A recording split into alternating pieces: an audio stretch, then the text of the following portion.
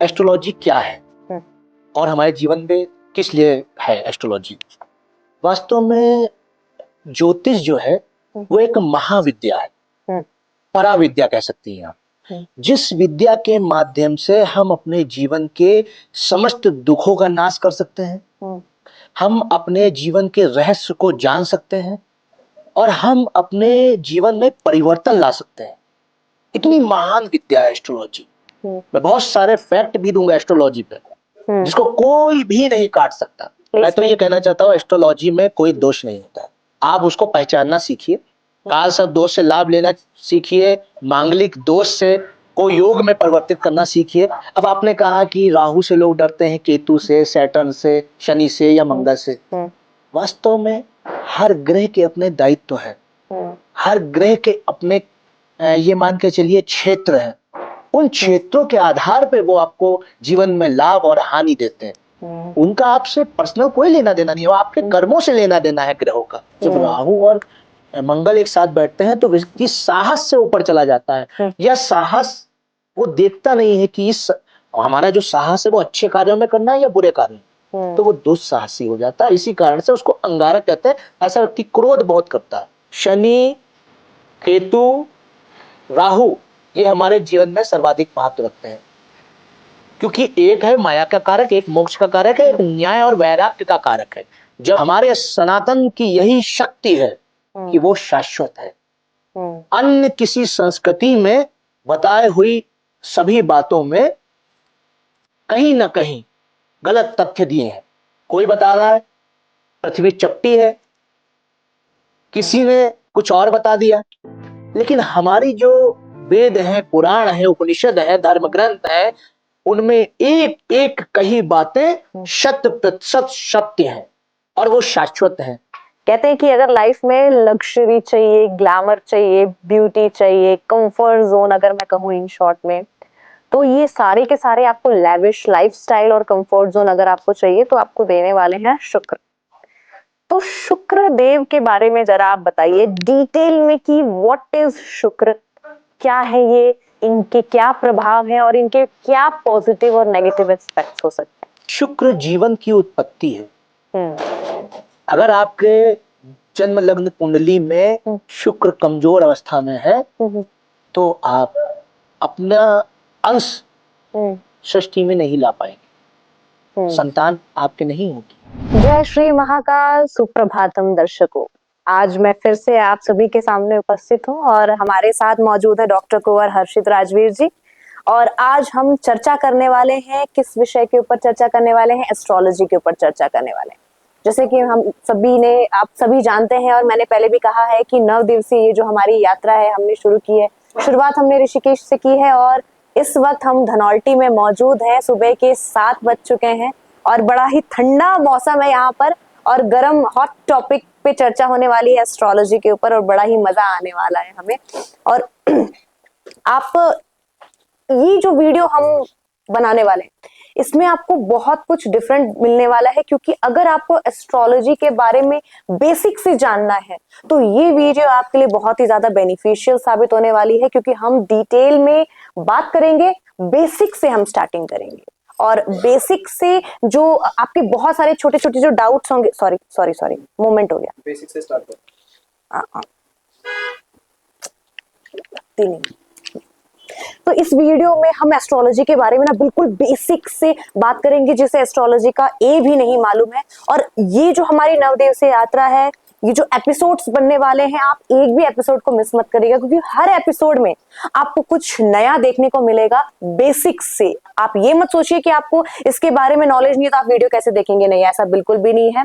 हमारे साथ जो गेस्ट है, हमारे जो होस्ट है, गेस्ट है, गुरु है, ये आपको बिल्कुल बेसिक से चीजों को बताने वाले हैं। तो इस वीडियो को और हमारे सारी वीडियोस को आप लास्ट तक जरूर देखिएगा। नमस्कार सर जी, बस हम ज्ञान की गंगा में डुबकी लगाने के लिए तैयार हैं, हमारे दर्शक भी तैयार है। बस अब शुरू हो जाइए, आपकी एस्ट्रोलॉजी क्या है? सर्वप्रथम आपको और समस्त दर्शकों को जय मां गंगे, जय मां नर्मदे। देखिए, आपने पूछा वास्तव में कि एस्ट्रोलॉजी क्या है और हमारे जीवन में किस लिए है एस्ट्रोलॉजी। वास्तव में ज्योतिष जो है वो एक महाविद्या है, पराविद्या कह सकती हैं आप, जिस विद्या के माध्यम से हम अपने जीवन के समस्त दुखों का नाश कर सकते हैं, हम अपने जीवन के रहस्य को जान सकते हैं और हम अपने जीवन में परिवर्तन ला सकते हैं। इतनी महान विद्या है एस्ट्रोलॉजी। क्योंकि हम अब ज्योतिष विद्या पे बात कर रहे हैं, ज्योतिष का जो पहला शब्द ही है ज्योति से निकला हुआ है, और ज्योति जीवन के अंधकार का नाश करती है। तो इसलिए हमें यह ज्ञात होना चाहिए कि जीवन में एस्ट्रोलॉजी की क्या उपयोगिता है। मैंने 10,000 से अधिक कुंडलियां देखी होंगी, कंसल्टेशन दिए होंगे, और मैं आपको पूरे यकीन से कह सकता हूं कि 10,000 से अधिक कंसल्टेशन में एक भी कंसल्टेशन ऐसे नहीं गया कि ज्योतिष और जातक की अवस्थाओं में भेद हो, कोई भी त्रुटि नहीं आई। कभी आपके साथ ऐसा हुआ है कि आपने किसी की कुंडली देखी हो और आपको लगा हो कि ये इंसान इस कुंडली से मैच नहीं करता, और बाद में आपको पता चला हो कि वो कुंडली का टाइमिंग ही उन्होंने गलत बताया है? कोई व्यक्ति गलत कुंडली दिखाए, गलत समय बताए, या उस समय ज्ञात ना हो, इसका कोई भी फर्क नहीं पड़ता है। व्यक्ति स्वयं, उसका जो प्रभाव है, उसका जो मस्तिष्क है, या उसके जो मतलब ये मान के चलिए क्रियाकलाप हैं, वो उसके ग्रह दर्शाते हैं। कोई भी ग्रह वाला व्यक्ति, जैसी भी उसकी ग्रह अवस्थाएं बैठी हैं, लग्न अवस्था उसकी जैसी भी है, वो उसके व्यक्तित्व के माध्यम से ज्ञात हो जाती है। यही एस्ट्रोलॉजी की खूबसूरती है। जैसे जिस प्रकार आपके शरीर में कोई रोग हो या शरीर में क्या अवस्थाएं हैं, वो आपके रक्त के माध्यम से, रक्त जांच के माध्यम से पता चल जाती है। वैसे एस्ट्रोलॉजी की अवस्था है। यदि कुंडली मिली तो ठीक है, अन्यथा अगर कुंडली में टाइम आगे पीछे है या व्यक्ति को ज्ञात नहीं है, तो उसके कर्मों के द्वारा, उसके भावों के द्वारा, उसके क्रियाकलापों के द्वारा, उसके व्यक्तित्व के द्वारा उसके सभी ग्रहों की गणनाएं की जा सकती हैं और सही सही ज्ञान उसको दिया जा सकता है। लेकिन लोग कहते हैं, बहुत से लोग दर्शक देख रहे होंगे कि गुरुजी कह रहे हैं 11,000 10,000 से अधिक कंसल्टेशन दिए और सब सटीक। उसका कारण है, लोगों को ये समझना होगा कि ज्योतिष का मतलब ये नहीं है कि अगर मैंने 11,000 कंसल्टेशन दिए या 10,000 से अधिक कुंडलियां मैंने देखी, तो उसका मतलब ये नहीं है कि उनके भाग्य में कोई परिवर्तन हो गया। भाग्य में परिवर्तन तो आप अपने क्रियामाणों के माध्यम से करते हैं। आपके विषय में सही जानकारी देती है ज्योतिष। आपके संघर्ष के लिए, आपकी जो अच्छी अवस्थाएं हैं जीवन की, आप कौन से कर्म में लिप्त होंगे, किस क्रिया से, किस कर्म से, किस ऑक्यूपेशन से आपको लाभ होगा, कहाँ आपको सुख मिलेगा, कहाँ आपको दुख मिलेगा, ये सब चीजें ज्योतिष बताती है। क्या ऐसा रहस्य है जिस कारण से आप उन्नति नहीं कर पा रहे हैं, अच्छा, या उन्नति के शिखर पे पहुंच के आपका जीवन में डाउनफॉल आ रहा है, किस कारण ऐसा हो रहा है, ये एस्ट्रोलॉजी बताती है। नहीं, जैसे आपने बताया कि एस्ट्रोलॉजी हमें हमारे भविष्य के बारे में बता देती है, तो अगर कोई चीज पहले से फिक्स्ड है कि ये चीज होने वाली है, हम पहले जान के क्या करेंगे? हम तो उसे बदल नहीं सकते, तो जानकर क्या होगा? एस्ट्रोलॉजी दर्पण और जीवन का रास्ता बताती है और गंतव्य बताती है। चयन आपका है, आप किस रास्ते से जाएंगे, आप दर्पण को तोड़ देंगे या आप अपने गंतव्य से पहले ही रुक जाएंगे, ये चयन आपका है। ये एक कोई जीवन की यात्रा नहीं है, ये जन्मों जन्मों की यात्रा है। बहुत से लोग इसको बहुत शॉर्ट फॉर्म में जानना चाहते हैं, और यहां से अवस्था प्रारंभ हुई। हर विद्या के, हर ये मान के चलिए ज्ञान के, और हर संस्कृति के बहुत बड़े बड़े पहलू हैं, लेकिन हम उनके अंश मात्र चीजों में ही फंस के रह जाते हैं। सबसे पहले आपने पूछा था ज्योतिष क्या है, तो मैं एक श्लोक के माध्यम से सिर्फ आपको बताना चाहता हूं, ज्योतिषाम सूर्यादि ग्रहणम बोधकम शास्त्रम। जो ज्योतिष है वो सूर्यादि ग्रह नक्षत्रों को जानने का शास्त्र है। हम और आप क्या है, एक सूर्य करोड़ों लोगों को ऊर्जा दे रहा है, एक चंद्रमा करोड़ों लोगों को शीतलता दे रहा है, माता धरती समस्त विश्व को आश्रय दे रही, धन अन्न श्वास जल कौन दे रहा है, माता धरती दे रही। तो हम नगण्य होके, तुच्छ मानसिकता से सिर्फ अपने बारे में सोच के ये सोच रहे हैं कि बस वहीं से रिलेशन है। नहीं, आपका अपना अकाउंट है, आपका अपना प्रारब्ध है, आपके अपने संचित कर्म है और आपके अपने क्रियामान होंगे। एक समय में हजारों लाखों लोगों का जन्म होता है। क्या वो सभी मोदी, प्रधानमंत्री मोदी बन जाते हैं?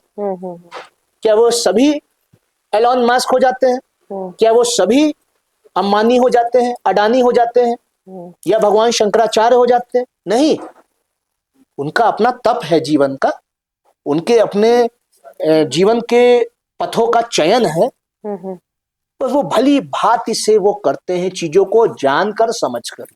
तो एस्ट्रोलॉजी में जब सबसे पहले नाम आता है तो लोगों के मुंह से सबसे पहले यही निकलता है, यार शनि की 7.5 चल रही है, राहु की महादशा, राहु केतु शनि मंगल लगता है भारी है तभी इसने शादी कर ली। तो इस तरीके की जो चीजें होती है कि सब लोग डिटेल नहीं जानते कि व्हाट इज एस्ट्रोलॉजी, लेकिन उन्हें राहु केतु शनि मंगल के बारे में बहुत अच्छे से पता है और वो भी आधा अधूरा ज्ञान है। तो वो थोड़ा बताइए कि जो क्रूर ग्रह के नाम से जाने जाते हैं, पहले इनके बारे में बताइए ताकि लोगों का, जो दर्शक देख रहे हैं ना, उनका पहले तो डर खत्म हो, क्योंकि वो डरे हुए हैं बहुत ज्यादा ज्योतिष को लेकर। देखिए, पूर्ण ज्ञान ना होना ही डर को जन्म देता है। बिल्कुल। आप किसी रास्ते के बारे में पूर्ण ज्ञान नहीं है आपको, तो आप डर रहे हैं। अब उस रास्ते को जान रहे हैं तो आप कभी कदार अपने एक्सपीरियंस के माध्यम से उस रास्ते पे चले जाते हैं। वास्तव में मैंने सबसे पहले कहा कि भय का नाश करना ही ज्योतिष का कार्य है, भय देना नहीं है। किसी ग्रह का कार्य है वो अपने कारकत्व के माध्यम से और आपके कर्मों के अनुसार वो परिणाम देता है। अब आपने कहा कि राहु से लोग डरते हैं, केतु से, सैटर्न से, शनि से या मंगल से। वास्तव में हर ग्रह के अपने दायित्व हैं, हर ग्रह के अपने ये मान के चलिए क्षेत्र है। उन क्षेत्रों के आधार पे वो आपको जीवन में लाभ और हानि देते हैं। उनका आपसे पर्सनल कोई लेना देना नहीं है, वो आपके कर्मों से लेना देना है ग्रहों का। शनि का मतलब कहीं से क्रूर नहीं है, 7.5 कहीं से खराब नहीं होती है। 7.5 ये बताने आती है कि आपके जीवन का लक्ष्य क्या है। आपके जीवन का लक्ष्य वैराग्य है, सब कुछ एक दिन छूट जाना है, ये 7.5 बताती है। अब व्यक्ति यही नहीं जानता 7.5 क्या है। जब आपकी जन्म लग्न कुंडली में चंद्रमा जिस राशि पे होता है उससे एक राशि पहले या एक राशि बाद या उसके साथ जब शनि महाराज आते हैं तब 7.5 प्रारंभ होती है जीवन में। यदि मेष राशि में चंद्रमा है, अच्छा 7.5 सबके जीवन में आएगा? बिल्कुल आएगा, एक बार 7.5 सबके लाइफ में आएगा। बिल्कुल। अच्छा, शनि का जो एक राशि पे समय काल है वो 2.5 वर्ष का है। 2.5 वर्ष बाद शनि दूसरी राशि पे जाते हैं। अब वर्तमान समय में शनि जैसे कुंभ राशि में गोचर कर रहे हैं, इसके बाद मीन राशि पे जाएंगे। तो हम मेष राशि का उदाहरण आपके सामने रखते हैं। जैसे मेष राशि के जो भी जातक हैं, अब चूंकि ऐसे जो 7.5 के बगैर जीवन है तो चंद्रमा अपने मौज मस्ती में चल रहा है, चंद्रमा रोक टोक स्वीकार नहीं करता, मन है। कहते हैं चंद्रमा 12वें घर में अगर बैठा है तो खराब करता है, राहु के साथ। मेरा आपसे यही कहना है, यही अधूरा ज्ञान है। हाँ, वो ये बड़ा फेमस रील है, मैं नाम नहीं लूंगी। यही अधूरा ज्ञान। 12th हाउस में अगर चंद्रमा है राहु के साथ, राहु और चंद्रमा दोनों अगर 12th हाउस में, तो हाउस में चंद्रमा और राहु विदेश यात्रा का कारक है। सैकड़ों हजारों कुंडली उठा के देख लीजिएगा, मातृभूमि छोड़ के विदेश में जाने वाले जितने लोग हैं उनके 12वें भाव में चंद्रमा राहु बैठा होगा। अधिकतर लोग विदेश यात्रा भी करेंगे, उससे लाभ भी होगा और विदेश में जाके बस भी जाएंगे। कहां से खराब, कहां से खराब है? लेकिन मैं वही आपको बताना चाहता हूं, जैसे अच्छा इसके पीछे लॉजिक क्या है। बहुत से लोग सवाल भी उठा सकते हैं कि ये तो ऐसे ही बता दिया। चंद्रमा मातृ भाव का कारक है, 12वां भाव विदेश यात्रा का कारक है। जब मातृ भाव से विदेश यात्रा भाव में मातृ भाव कारक का ग्रह जाके बैठेगा तो वह विदेश यात्रा करा देगा निश्चित तौर पे। लेकिन जो अन्य चीज जो मैं यहाँ से स्टार्ट कर रहा हूँ, आपको जो नेचुरल चीज बताना चाहता हूँ, जो पूर्ण ज्ञान, जो भी इसको समझेगा वो एस्ट्रोलॉजी को आत्मसात अवश्य करेगा और उसको हर ग्रह से लाभ होगा। मैं यहाँ पे एस्ट्रोलॉजी के तमाम ऐसे मिथ तोड़ के आपको ये बताना चाहता हूँ कि कैसे हर व्यक्ति एस्ट्रोलॉजी से लाभ ले सकता है। अब मैंने जैसे 7.5 का उदाहरण आपको दिया कि 7.5 से पहले मेष राशि के लोग बहुत मनमौजी तरीके से जी रहे थे। अब जब शनि जब चंद्रमा के आसपास आते हैं, एक घर पहले एक घर बाद या उसके साथ, शनि है वैराग्य, चंद्रमा है मौज मस्ती, स्वच्छंद, किसी प्रकार की रोक टोक नहीं। अब क्या चल रहा है जीवन में कि एक तरफ मन चंचल है, दूसरी तरफ शनि कर्मयोगी है। तो सबसे पहले जब वो आएंगे तो चंद्रमा को इस तरीके से प्रभावित करेंगे। तो एक तरफ तो चंद्रमा शीतलता का कारक है, मनमौजी है, स्वच्छंदता है उसके अंदर, और शनि क्या है, कर्मयोगी है।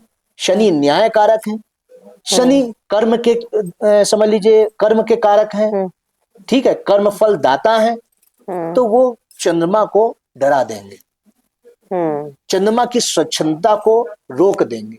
और उस समय जिस व्यक्ति ने अपने मन को कर्म योग में लगा दिया, कंट्रोल कर लिया, कर्म योग में लगा दिया, अनुशासित कर लिया, शनि की 7.5 उस व्यक्ति को फर्श से अर्श तक पहुंचाती है। ये मेरा अपना स्वयं का व्यक्तिगत अनुभव है, मैंने बहुत सारी कुंडलियां अच्छा, मतलब फायदा भी करती है? 100%, 100% फायदा करती है, 100% मैं गारंटी के साथ आपसे कह रहा हूँ। शनि की 7.5 में लोग फर्श से अर्श तक पहुंचते हैं। रहस्य पता होना चाहिए, मन को कंट्रोल। बिल्कुल, मांगलिक व्यक्ति बहुत जीवन में राइज करते हैं, बस आपको रहस्य पता होना चाहिए। बस मंगल का ही पूछने वाली थी, बिल्कुल, भी बहुत भ्रांतियां हैं। मैं मांगलिक दोष से लेके हर एक काल सर्प दोष से लेके हर एक मिथ को बस्ट करने के लिए ही यहाँ बैठा हूँ, और यही मेरे जीवन की यात्रा है। बिल्कुल, शनि को क्लियर करके हम क्रूर ग्रह को खत्म करने के बाद हम मंगल पे बात करेंगे। क्रूर ग्रह मत करिए, उसको समझिए। किसने संज्ञा दे दी क्रूर ग्रह की? वो न्यायाधीश हैं। आप न्यायाधीश को क्रूर कहेंगी? नहीं, न्यायाधीश तो कर्मों का सही फल देते हैं। आपने अपराध किया होगा तो दंड तो देंगे ही देंगे, लेकिन अगर आपने अच्छे कर्म किए हैं तो वो अपनी उच्च अवस्था में, मतलब आपके लिए योग कारक अवस्था में जब भी आएंगे तो बहुत राइज करेंगे। ये शनि का प्रभाव है। बस ये है कि शनि सर्वाधिक समय तक एक राशि में वास करते हैं, तो शनि से संबंधित लोग बहुत क्षण क्षण चलते हैं, शनि बहुत आराम से चलते हैं। शनि लग्नस्थ है तो व्यक्ति बहुत दूरदर्शी होता है। ये फैक्ट है एस्ट्रोलॉजी पे। मैं बहुत सारे फैक्ट भी दूंगा एस्ट्रोलॉजी पे, जिसको कोई भी नहीं काट सकता, कोई भी नहीं। बहुत सारे योग हैं, जिस राशि के जातक, उनकी कैसी मनोवृत्ति होती है, कैसे कर्म होते हैं, कौन सा ग्रह लग्न में बैठता है तो कैसे परिणाम देता है, कौन सी महादशा कब आती है तो क्या आपके जीवन में फल देती है। चलिए शनि से शुरू करते हैं। अगर शनि लग्न में बैठा है तो कहते हैं कि वो इंसान बड़ा न्यायप्रिय होता है, लेकिन उसके जीवन में चीजें बड़ी लेट होती है, तो अच्छा नहीं मानते, लोगों को लगता है कि खराब है। नहीं, मेरे तो लगन खाली बैठा है, बिल्कुल कुछ भी नहीं है मेरे लगन में। तुला लग्न है आपकी ना? हाँ, लग्न तुला है, बट कोई राशि, वो कुछ ग्रह नहीं बैठे। जी, देखिए एक्चुअल में शनि लग्न अच्छा, में, इसका भी तो कुछ मतलब होगा ना, अगर आपका लगन खाली है तो क्या इम्पैक्ट पड़ता है? एकल स्वभाव व्यक्ति, लग्न में कोई ग्रह अगर बैठा है तो उस ग्रह का भी प्रभाव होगा। दुई प्रकृति होंगी। जैसे मानिए किसी व्यक्ति की मेष लग्न है और उसमें सूर्य बैठा है, तो एक तो मेष लग्न का जो समझ लीजिए कारक है या उसका स्वामी जो है वो मंगल है, और उसमें सूर्य जाके बैठ गया, तो वो व्यक्ति बहुत अधिक बलवान होता है, धर्म के प्रति उसकी बहुत अच्छी आस्था होती है, उसके तेज के सामने कोई टिकता नहीं है, ऐसे लोग देख लें। और यदि वो इससे विमुख है, ऐसी परिस्थितियां उसके जीवन में नहीं आ रही है, इसका मतलब है उन्होंने सही रास्ते का चयन नहीं किया। आपने देखा होगा बहुत से लोग काफी समय बाद जीवन में राइज करते हैं। क्यों? अपने पूर्ण काल के जीवन में, पिछले जीवन में, या जितना समय उनका जो व्यर्थ जाता है वो सही रास्ते पे नहीं गए। कभी कदार आप देखिए, हम और आप आज धनौल्टी में बैठे, ठीक है, हम मसूरी के रास्ते धनौल्टी आए, हम वहां से ना के हम कहीं और से आते तो लंबा पड़ता। तो सही रास्ते का चयन ही तो हमारे जीवन को सरल बनाता है। अब आपकी ये बात से मुझे एक चीज याद आ रही कि मेरे कुंडली में 12th हाउस में राहु और चंद्रमा बैठे जी और मैं ट्रैवल शूट्स करती हूँ जी। अब जैसे आपकी ये मान के चलिए जैसे तुला लग्न है जी, तुला लग्न में 10वें भाव के जो कारक ग्रह हैं वो कौन है? चंद्रमा। चंचलता है, एक कार्य में आपका मन नहीं लगता है, सच या झूठ? मल्टीपल वर्क है। हाँ, मैं एक काम फिक्स नहीं, मैं बहुत सारे करती हूँ जी। उसके साथ साथ ये भी है कि चूंकि द्वादश भाव में राहु है, चंद्रमा के साथ बैठा है, चंद्रमा सबसे सौम्य ग्रह है, राहु ये मान के चलिए समुद्र मंथन के दौरान जिस स्वर भानु राक्षस का दो भाग किए गए थे, एक राहु एक केतु था। राहु माया के स्वामी है, माया के तरफ बहुत ज्यादा आकर्षण भी रहता है, लेकिन चूंकि उसको वैराग्य का स्वामी भी देख रहा है केतु चंद्रमा को, तो एक बहुत मतलब अच्छा अनुभव वैराग्य के साथ आपको होता है। हाँ या ना बताइएगा। बिल्कुल बिल्कुल। मतलब मैं at a time, to be very honest, this is a confession, कि एट अ टाइम मैं अगर मुझे मटेरियलिस्टिक चीजें चाहिए, तो at that very moment I want this spirituality, मुझे स्पिरिचुअलिटी भी अब ये चाहिए, ग्रह वरना मैं आपके नहीं हैं, जी इससे सकती। पहले ना मैंने आपकी कुंडली देखी है, ना कोई डिस्कशन हुआ है, ना कोई बातचीत हुई है। बिल्कुल, लेकिन मैं बिल्कुल। आपको ये बताना चाहता हूँ, ये आपके ऊपर नहीं है। हाँ, जितने भी संसार में जितने भी मनुष्य हैं, किसी भी जाति संप्रदाय किसी भी धर्म को मानने वाले, सभी के ऊपर ग्रह कार्य करते हैं, सभी पे शासन ग्रह करते हैं। मुझे बड़ा इंटरेस्टिंग लग रहा है। मैं तो सोच रही हूँ कि शायद थोड़ा आप लोगों के थोड़े आवर्स बढ़ सकते हैं, थोड़ा लंबा जाने वाला है, मतलब इंटरेस्ट आ रहा है मेरा इसमें। अब जैसे आपने बात कही कि केतु की दृष्टि पड़ रही है 12th हाउस में, तो आप इससे ये कैलकुलेट कर सकते हैं कि केतु मेरा 6th हाउस में बैठा है। तो ये एक फिक्स डिस्टेंस होता है एस्ट्रोलॉजी में, जो आप बताएंगे कि केतु अगर 6th हाउस में है तो ये फिक्स है कि 12th हाउस में राहु है, तो they have a gap between 6 house, 6 या 7 घर का गैप रहेगा। नहीं, बिल्कुल सामने 180 degree, 180 degree, okay, considerable 180 degree पे रहेगा। तो ऐसे ही सारे ग्रहों का भी मतलब एक बना रहता है कि नहीं, देखिए राहु केतु एक बनने, जैसे बताया स्वर भानु, कभी साथ में नहीं बैठ सकते। नहीं, अब बता दे रहा हूँ ना क्यों। ठीक, लोग बताते तो हैं, लेकिन ये नहीं बताते क्यों। मैग्नेट घर में ले लीजिएगा, मैग्नेट, ठीक है, उसको तोड़ लीजिएगा, आपस में जुड़ेंगे नहीं, वो अपोज करेंगे एक दूसरे को। राहु केतु एक ही व्यक्तित्व के दो भाग हैं, और वो भाग अमृत पान के पश्चात हुए। एक अमृत को पचा ले गया तो वैराग्य मोक्ष कारक हो गया, एक अमृत को पचा नहीं पाया तो वो माया में फंस के रह गया। स्वर भानु राक्षस ने जब अमृत का पान किया और भगवान श्री हरि विष्णु ने जब उनका दो धड़ अलग कर दिया, तो शरीर जो है वो केतु हो गया और मस्तिष्क जो है वो राहु हो गया। मस्तिष्क माया में फंसा रहता है और शरीर मोक्ष में। ये राहु केतु हैं, दोनों एक दूसरे के अपोजिट रहते हैं, दोनों एक दूसरे के से जुड़े हुए भी हैं, क्योंकि माया के पश्चात ही मोक्ष में इंटर होता है व्यक्ति। लेकिन उसको लेके कौन जाता है? वो शनि लेके जाता है। अच्छा, क्योंकि मैंने बहुत सारे अपने इंटरव्यू में, वीडियोस में और पॉडकास्ट में ये मैंने बार बार ये बात कही है, शनि, केतु, राहु ये हमारे जीवन में सर्वाधिक महत्व रखते हैं, क्योंकि एक है माया का कारक, एक मोक्ष का कारक है, एक न्याय और वैराग्य का कारक है। जब आप न्याय और वैराग्य रूपी रथ पे सवार होकर और माया से अछूते होकर मोक्ष के द्वार तक जाते हैं, तभी आप पूर्ण मोक्ष की प्राप्ति करते हैं, अन्यथा वापस आ जाते हैं। ये वास्तविकता है जीवन की। लेकिन चूंकि कली काल है, काल का प्रभाव है, अलग अलग सोच है, अलग अलग दृष्टिकोण है, तो शायद लोग माया मोक्ष इनको ना समझकर अपने जो प्रॉफिट की बात है तो उसको जानना चाहते हैं। तो हम बहुत शॉर्ट टर्म में जो मतलब जिनसे लोगों को लाभ हो सके उसके आधार पे बात करते हैं। इसके बाद आती है आपके मंगल से संबंधित। अभी मैं जस्ट वही पूछने वाली थी कि आप राहु केतु पर आपने बता दिया, साथ में आपने शनि के ऊपर भी बहुत अच्छी बात बता दी। अब मैं मंगल पे ही आने वाली थी, मगर मैं मंगल में आने से पहले आपसे जो आपने मुझे बताया कि 12वें भाव में राहु और चंद्रमा आपका है, जिनके भी जिन जातक के है, मैं सिर्फ एक व्यक्ति से रिलेट नहीं करता हूँ, बहुत इमोशनल है आप। हाँ, बहुत।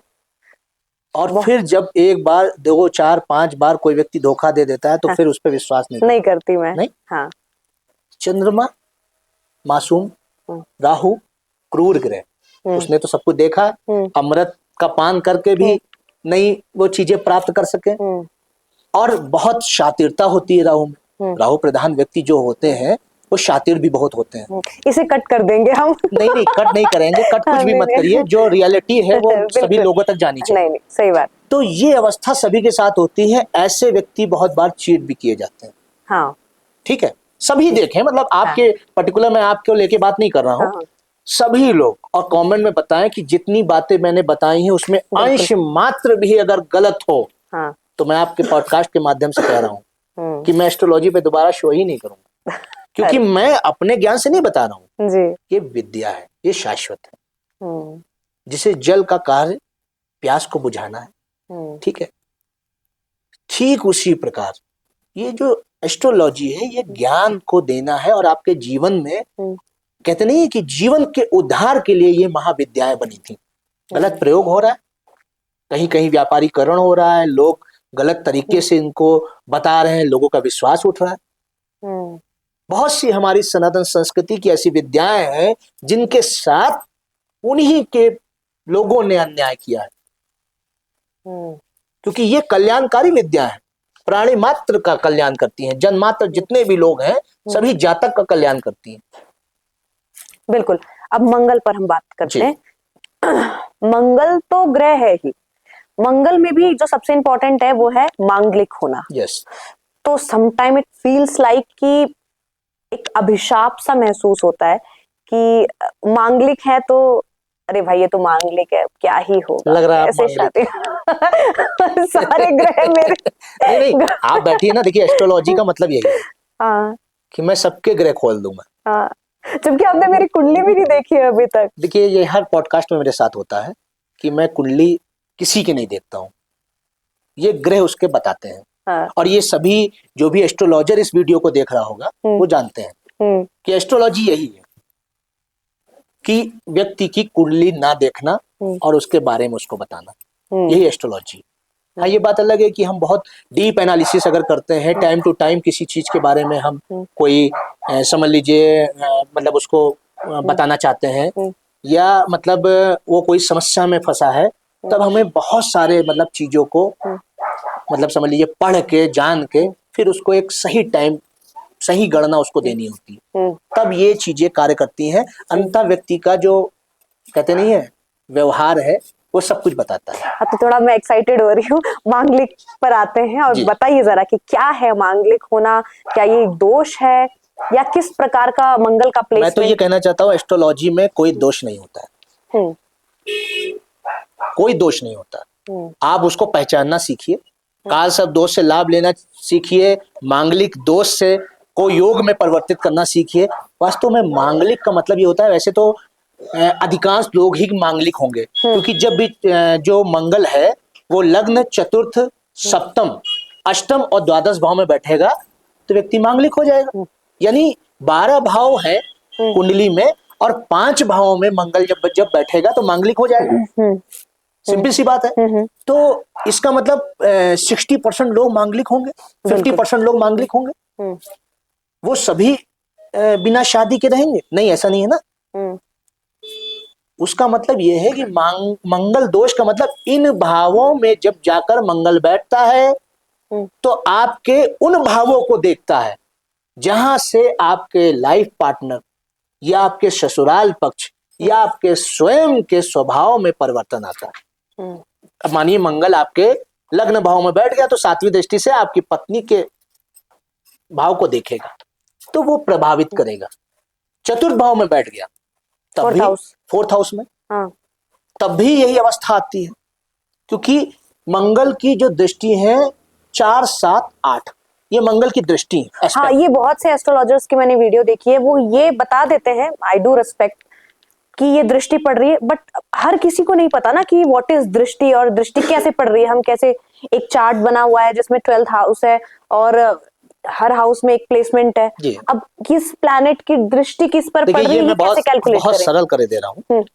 जहां भी जो ग्रह बैठता है, कॉपी पेन लेकर बैठ जाइए आप लोग। बिल्कुल, जहां पर भी जो ग्रह बैठता है, जैसे राहु, केतु और बृहस्पति, इन सभी की एक ही दृष्टि होती, मतलब एक ही प्रकार की दृष्टि होती है, 5वीं, 7वीं और 9वीं दृष्टि। यानी लग्न भाव में जब बृहस्पति, राहु, केतु या किसी भी भाव में बैठेगा उससे 5वें घर में, 7वें घर में और 9वें घर में वो दृष्टि डालता है। शनि 3री, 7वीं और 10वीं दृष्टि होती है शनि की, जहां वो बैठा है वहां से, ठीक है। उसी प्रकार बुध और सूर्य की 7वीं दृष्टि ही मात्र होती है, सिर्फ 7वीं होती है, 7th हाउस, ठीक है। और शुक्र की, ये तीनों ग्रहों की 7वीं दृष्टि होती है। और उसके बाद मंगल की 4, 7 और 8वीं दृष्टि होती है, जिसमें अन्य जो शुभ, चंद्रमा की भी सातवीं दृष्टि होगी। चंद्रमा, बुध, शुक्र और सूर्य, ये 4 ग्रहों की सातवीं दृष्टि होगी। बाकी के 3 ग्रहों राहु, केतु और बृहस्पति की जो दृष्टि होगी वो 5वीं, 7वीं, 9वीं होगी। शनि की दृष्टि 30वीं, 7वीं और 10वीं होगी। शनि की दृष्टि आपको स्कैन करती है, आपके जो डिटॉक्सिकेशन एक शब्द है वो करती है। तीसरे भाव पे देखेगी, वहां पे विक्षोभ उत्पन्न करेगी, आपको पराक्रम के लिए मजबूर करेगी। 7वीं दृष्टि आपके सीधे, इसीलिए कहते हैं 7वीं दृष्टि बहुत हानिकारक होती है, वो डायरेक्ट देखती है। तीसरी दृष्टि को वक्र दृष्टि की संज्ञा दी गई है। 10वीं दृष्टि लाते लाते शनि सुधार देते हैं। समझ गए आप? ये है, जैसे अब हम लोग अपने जीवन में कोई कॉलेज में जाते हैं, स्कूल में जाते हैं, गुरु से अपनी पढ़ाई करते हैं जाके, तो वो हमको सुधारने का कार्य करते हैं। सिर्फ शिक्षण देना ही उनका कार्य नहीं है, वो हमारे अंदर एक बेहतर व्यक्ति बनाते हैं हमारे लिए।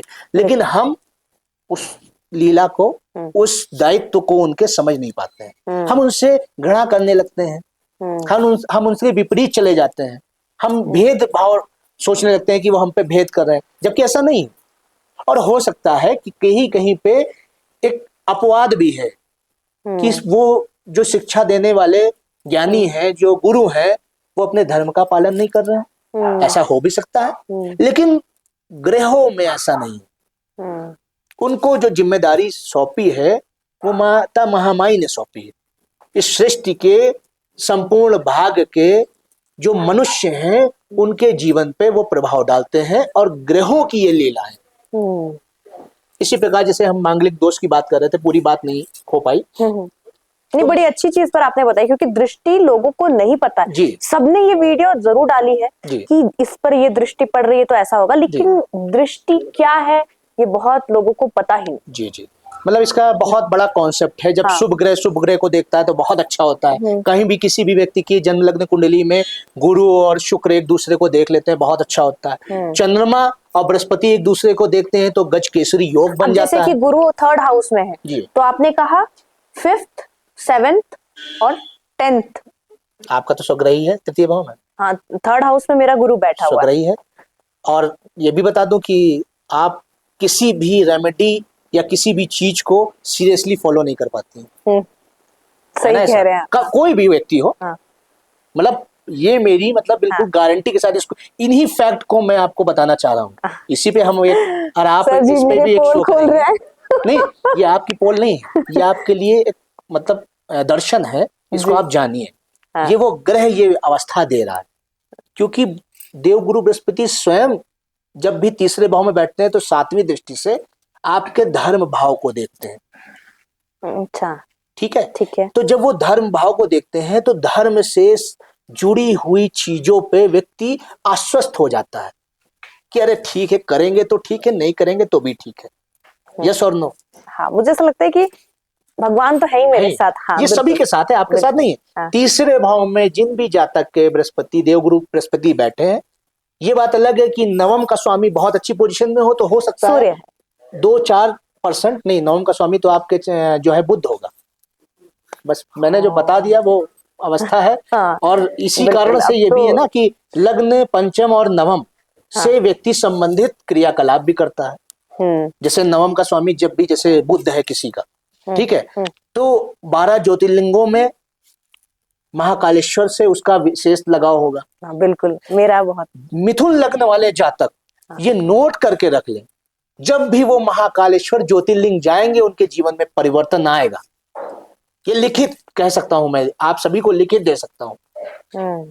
जो भी मिथुन लग्न वाले जातक संघर्ष कर रहे हैं, समस्या में हैं, वो महाकालेश्वर जाएं, होकर आए, उनके जीवन में परिवर्तन हो जाएगा।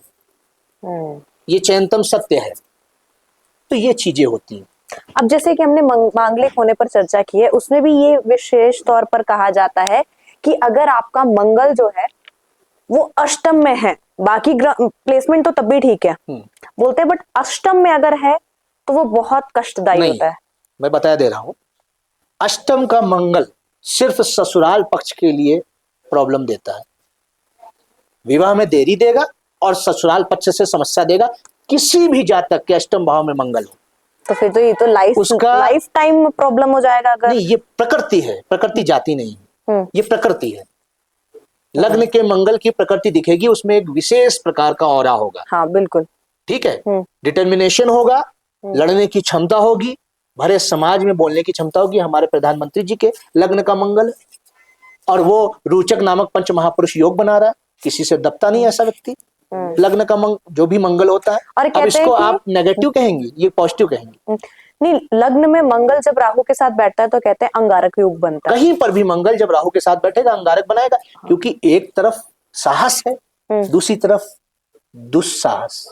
जब राहु और मंगल एक साथ बैठते हैं तो व्यक्ति साहस से ऊपर चला जाता है, या साहस वो देखता नहीं है कि इस हमारा जो साहस है वो अच्छे कार्यों में करना है या बुरे कार्यों में, तो वो दुस्साहसी हो जाता है। इसी कारण से उसको अंगारक कहते हैं। ऐसा व्यक्ति क्रोध बहुत करता है, और बहुत सारी इसकी रेमेडीज है।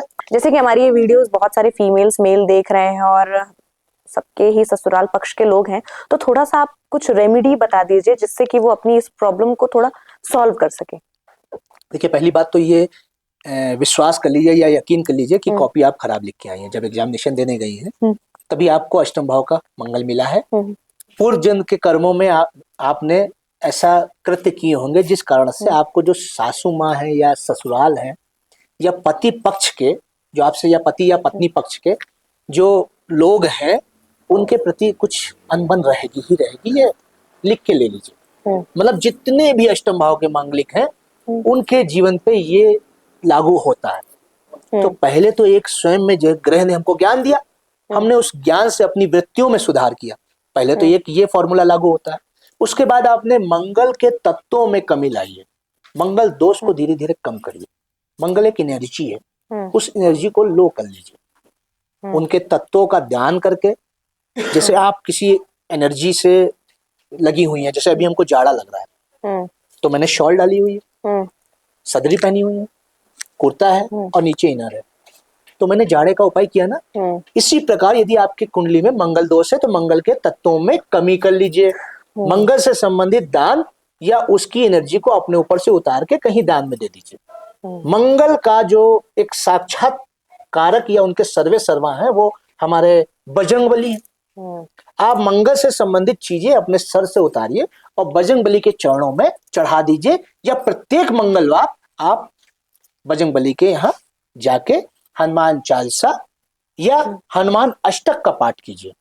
अगर कोई हनुमान अष्टक का पाठ नहीं कर सकता तो केवल वो मंगलवार को जाए, चमेली के तेल का दिया कहते हैं कि जला दे। अगर कोई व्यक्ति वाइब्रेशन के साथ किन्हीं मंत्रों का उच्चारण करता है तो उसके जीवन में वो प्रभाव आते हैं।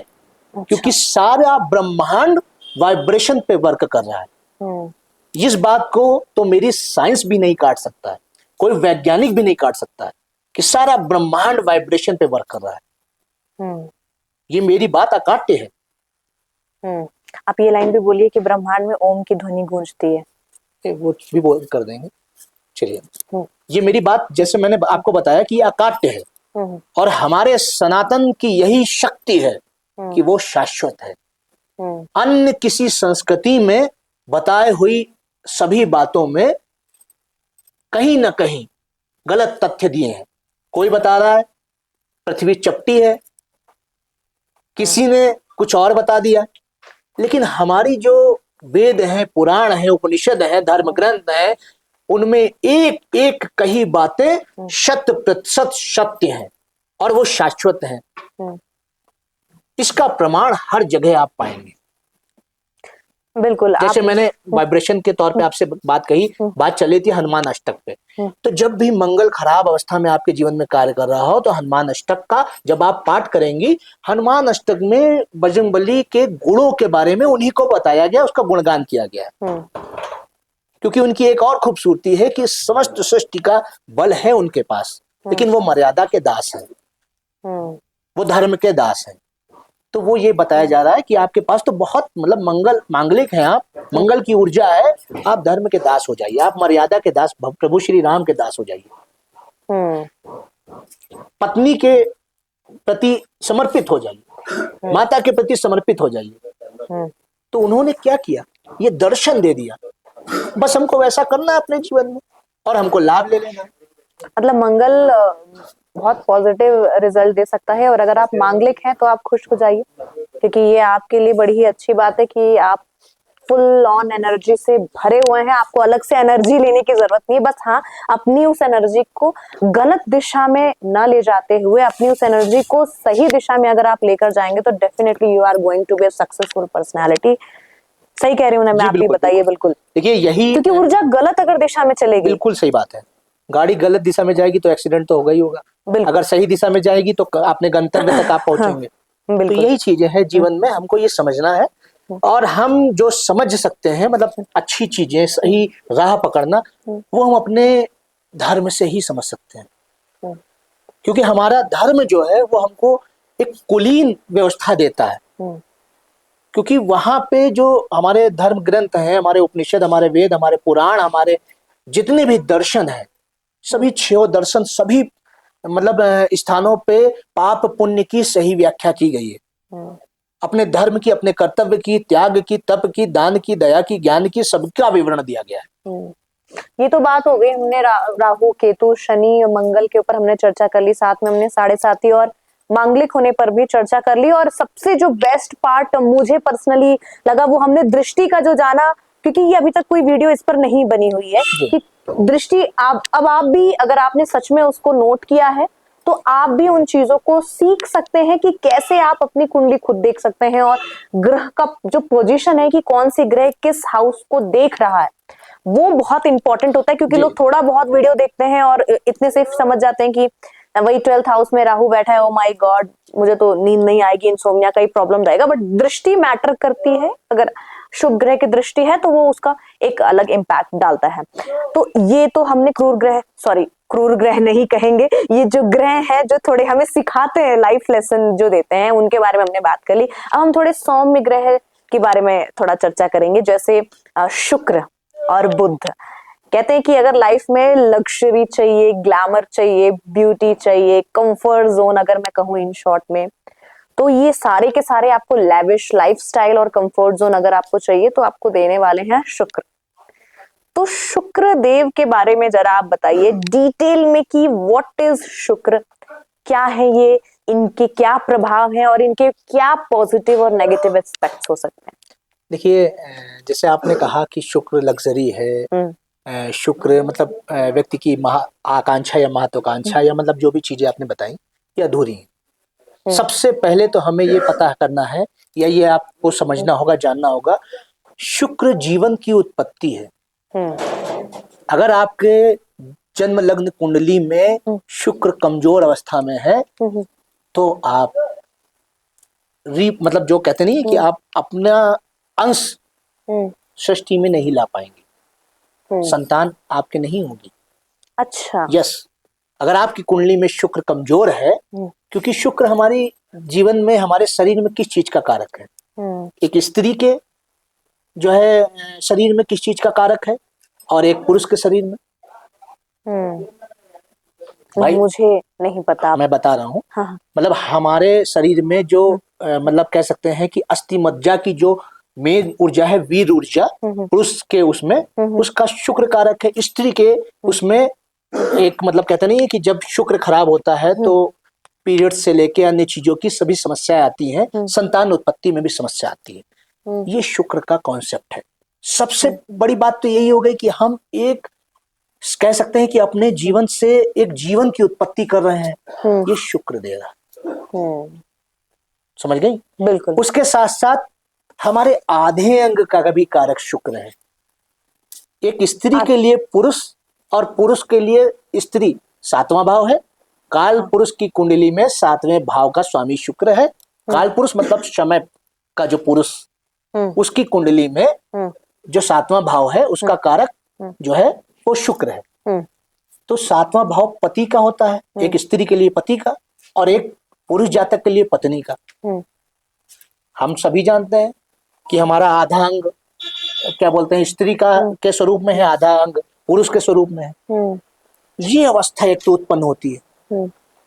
उसके साथ साथ ये है कि शुक्र हमारे जीवन में हमारी आकांक्षाएं, महत्वाकांक्षाएं के साथ साथ हम कैसे जीवन जीना चाहते हैं या जीते हैं, बहुत लोगों को आपने देखा होगा जिनका शुक्र खराब है, वो ज्यादातर बहुत मलिन अवस्था में रहना पसंद करते हैं। लाखों रुपए उनके पास है, सब धन दौलत है, लेकिन उनको पसंद नहीं है ये चीजें। मतलब वो पैसा नहीं अपने ऊपर यूज करते हैं, नहीं मतलब लगाते हैं पैसा। ये अवस्था सबसे बड़ी है। और जिनका शुक्र अच्छा है, उच्च अवस्था में है, 12वें भाव में, द्वादश भाव में बैठा है, या मानिए कोई बहुत अच्छी मतलब अवस्था में जाके शुक्र जब बैठता है, तो व्यक्ति को सबसे पहले उसके रहन सहन पे, अपने कुल के प्रति लगाव जरूर देगा शुक्र। क्योंकि शुक्र शुक्राचार को भी इंडिकेट देता है। जिन शुक्राचार्य ने अपनी समस्त तपस्या का दान कर दिया था असुरों को बचाने के लिए, मृत संजीवनी विद्या का नाम सुना है? हाँ, ये कॉन्सेप्ट मैंने बड़ा सुना है कि संजीवनी का जो रहस्य है वो शुक्राचार्य ही जानते थे। हाँ। वो संजीवनी विद्या उन्हें किसने दी थी? उन्हें भगवान शिव ने वो दी थी। और शुक्राचार्य ने जब देवासुर संग्राम हुआ और देवताओं ने अमृत का पान कर लिया और असुर जब मृत होने लगे, तो भगवान भोलेनाथ के पास क्या बोलते हैं शुक्राचार्य गए और उन्होंने कहा कि प्रभु ये तो अन्याय है, आपकी सृष्टि में अन्याय, आप तो देवों का देव है, महादेव है आप, और आप भोले हैं, आप उनकी महिमा का गुणगान जितना भी किया जाए वो कम है। तो उन्होंने इसके मतलब उसमें अपनी समस्त तप का दान देके प्रभु भोलेनाथ से, भगवान भोलेनाथ से मृत संजीवनी विद्या सीखी। तो शुक्राचार्य इसको भी इंडिकेट करता है, जब आपकी जन्म कुंडली में शुक्र बहुत अच्छी अवस्था में बैठा होगा, तब आप अपने परिवार के प्रति न्यौछावर होने की भावना रखेंगे। जितने लोगों का शुक्र उच्च का है वो ऐसा करते हैं नहीं करते हैं, खासकर तुला लग्न वाले, बिल्कुल उनके लिए फैमिली बहुत इंपॉर्टेंट रखती है। वृष लग्न वाले, उनके लिए फैमिली बहुत इंपॉर्टेंट रखती है। ये अवस्था है। हमको ये सारी बातें समझनी पड़ेंगी। जब हम ग्रहों के, हम भावों के, हम ज्योतिष के, हम कुंडली के डीप को समझेंगे, ओरिजिनलिटी को समझेंगे, हम तभी उससे लाभ ले पाएंगे। कोई भी विद्या, कोई भी तत्व आपको तभी लाभ देगा जब आप उसकी वास्तविकता को जानेंगे। तो ये जो शुक्र के ऊपर हमने चर्चा की, अभी तो बहुत डेप्थ है। ये तो आपने शुक्र का बस एक चौथाई कहूंगी कि आपने बताया है। देखिए, मैं अपनी इस धार्मिक यात्रा या एस्ट्रोलॉजी की यात्रा में हर एक विषय पे सभी दर्शकों से बात करूंगा, वो चाहे षोडश वर्ग हो, महादशा हो, ग्रहों का फल हो, युति हो, दृष्टि हो, कोई भी पहलू हो, क्योंकि मैं ये चाहता हूं ज्योतिष का पूर्ण लाभ संपूर्ण सृष्टि के लोग लें। किसी भी धर्म, किसी भी संप्रदाय, किसी भी राष्ट्र के लोग ज्योतिष विद्या का लाभ लें और उसके सामने नतमस्तक तभी होंगे जब उसके लाभ के परिणाम वो देखेंगे। तो अभी तो इस पर मैं बहुत चर्चा करने वाली हूं। मुझे लगता है कि हमारी जो यात्रा है उस यात्रा को हम कंटिन्यू करते हैं, और ये जो चर्चा हम अभी कर रहे हैं, इस चर्चा को यहीं पर थोड़ा पूर्ण विराम देते हैं और ये चर्चा कंटिन्यू रहेगी। तो फिलहाल के लिए हमें इजाजत दीजिए, लेकिन आप हमारे साथ बने रहिएगा हमारी इस 9 दिवसीय धार्मिक यात्रा पर। नमस्कार। सभी को नमस्कार। ओम नमो भगवते वासुदेवाय नमः।